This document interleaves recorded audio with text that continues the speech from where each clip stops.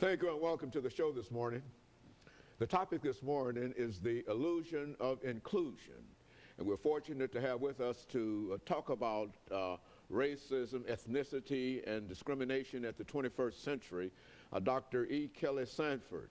Dr. Sanford is a professor at Tennessee State University. And Dr. Sanford, let me welcome you to the show this morning and tell you how delighted we are to have you here to talk about what I consider to be a very, very important topic. And I think it's a topic that it's your title, your topic, and all of that. And so we want to talk about, as you indicated, the illusion of inclusion, you see, and the persistence of racism and discrimination in the 21st century. And let's have you to begin that by giving us some information in reference to your background, your education, and some of your experiences, and then we'll get into the illusion of inclusion.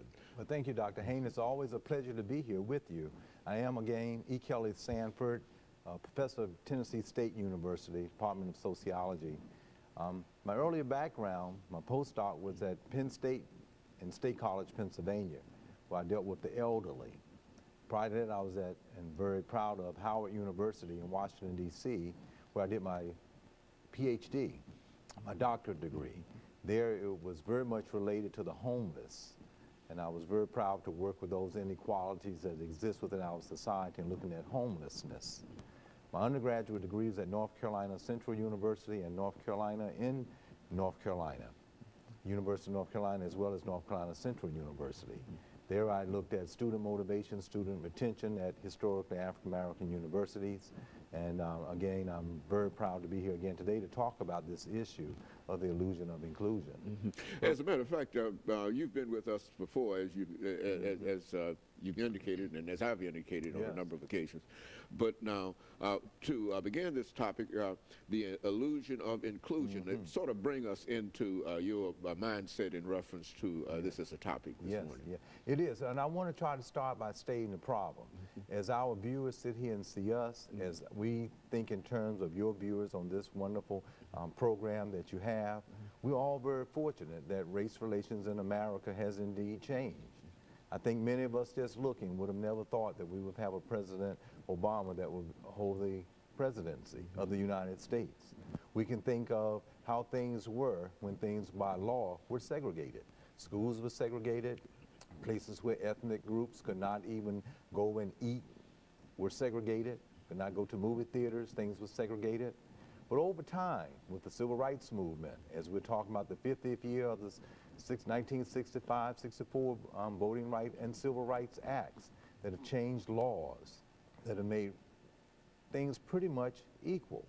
Hopefully for us as racial and ethnic groups have an opportunity to have equal opportunity to jobs, to local places that you need to go to eat, to live, to purchase things. Our children now have another type of opportunity that were very unequal in the past because of segregation and discrimination that existed. But presently, we have those laws that give different racial ethnic groups opportunities. And those opportunities are present within our society. And I think many of us can really name it by the mere fact that we are here today on this television program. Gives us this idea that there's this type of freedom that we have, that we're unfeathered, if you will, by laws that kept us and prevented us from having certain type of equal opportunity.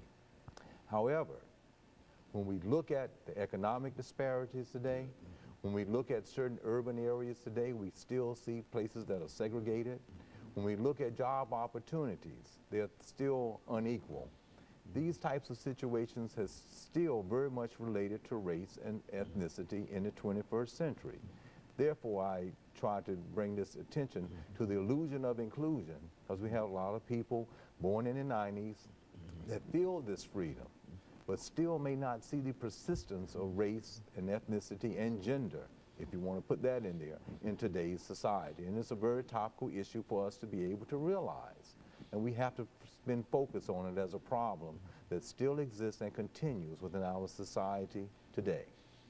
So race, when you think of it, is really a fundamental part of our social structure, of our institutions that make up society, such as family, such as economics, such as the military, such as health, such as science, all of the major institutions such as government and politics, still very much a part of an institutionalized way that race and ethnicity still persists. It still persists even in the 21st century. And of course, Dr. Sanford, let us take this first commercial break, and then we'll come back and we'll develop this topic later. And let me encourage our audience to that we'll be back with you following this very, very short commercial break.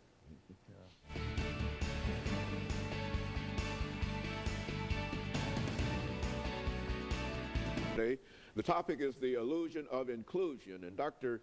Sanford has given us some excellent information during the first segment concerning his background, education, and some of his experiences. But Dr. Sanford, now you left off dealing with some of the aspects of where we were and where we are now in terms of race, ethnicity, and discrimination. But now let's see if we can pick up at that point during this second segment and have you to sort of develop that aspect for us. Okay, yeah, institutionalized thing for us. Absolutely, because race is still fundamentally a part of our social structure, of all of the institutions that make up our society today.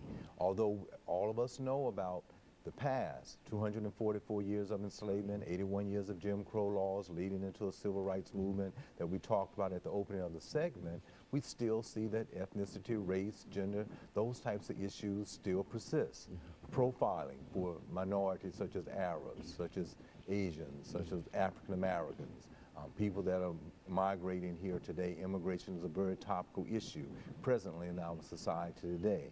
And people are still discriminated based on those type of perceived or alleged types of characteristics that make up race. The traditional aspect of it has always been these physical characteristics, these things that people just look in a certain way, and people then have stereotypes based on that.